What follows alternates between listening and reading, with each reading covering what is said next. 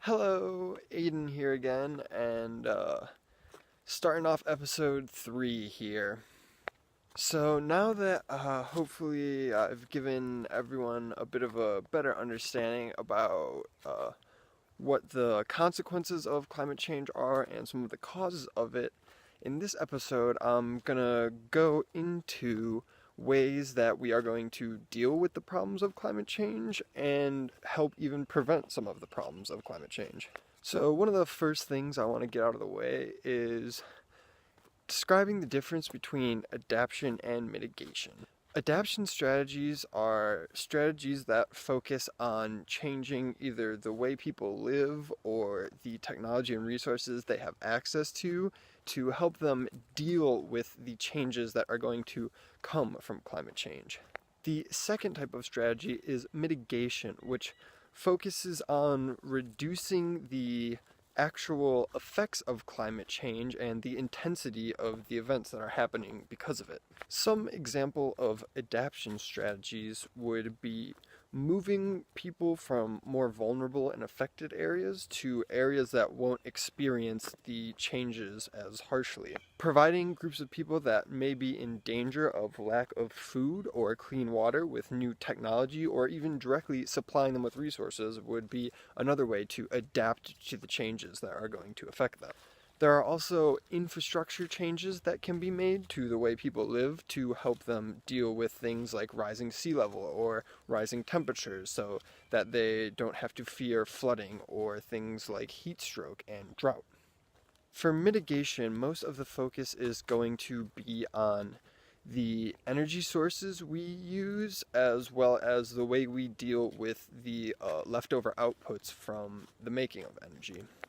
One of the most common ways groups or countries try to mitigate the climate change they are causing is through carbon emission limitations.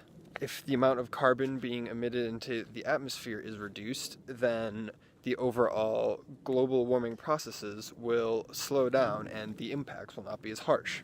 There are also strategies to deal with carbon that is already in the atmosphere, such as sequestering it deep below the earth and even storing it in the soil or things like growing plants. One of the most familiar types of mitigation that many of you have probably already heard of is switching to cleaner energy sources, some of the most popular being hydro, solar, and wind, as this will not emit things into the atmosphere like burning fossil fuels will. It relies on natural energy that doesn't require things being combusted or ash and debris being shot up into the air. While those are some of the more commonly talked about renewable energy sources, some of the kind of contemporary ones that people don't think about as much are geothermal and nuclear. While nuclear does still produce waste, it is in much smaller amounts and does not have the same effects as greenhouse gas emissions. There are also some more unorthodox methods to mitigate climate change that are currently being researched. Some of these include cloud seeding, which involves spraying aerosols into the atmosphere to cool the temperature of our planet. Some scientists have even suggested things like space mirrors to reflect the solar radiation before it even enters our atmosphere, although these technologies are still very far from actually being functional.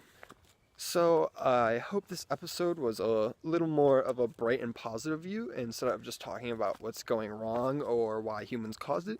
It shows that there is hope, and if we really try to make changes, that we can actually change the future and hopefully make it better for everyone.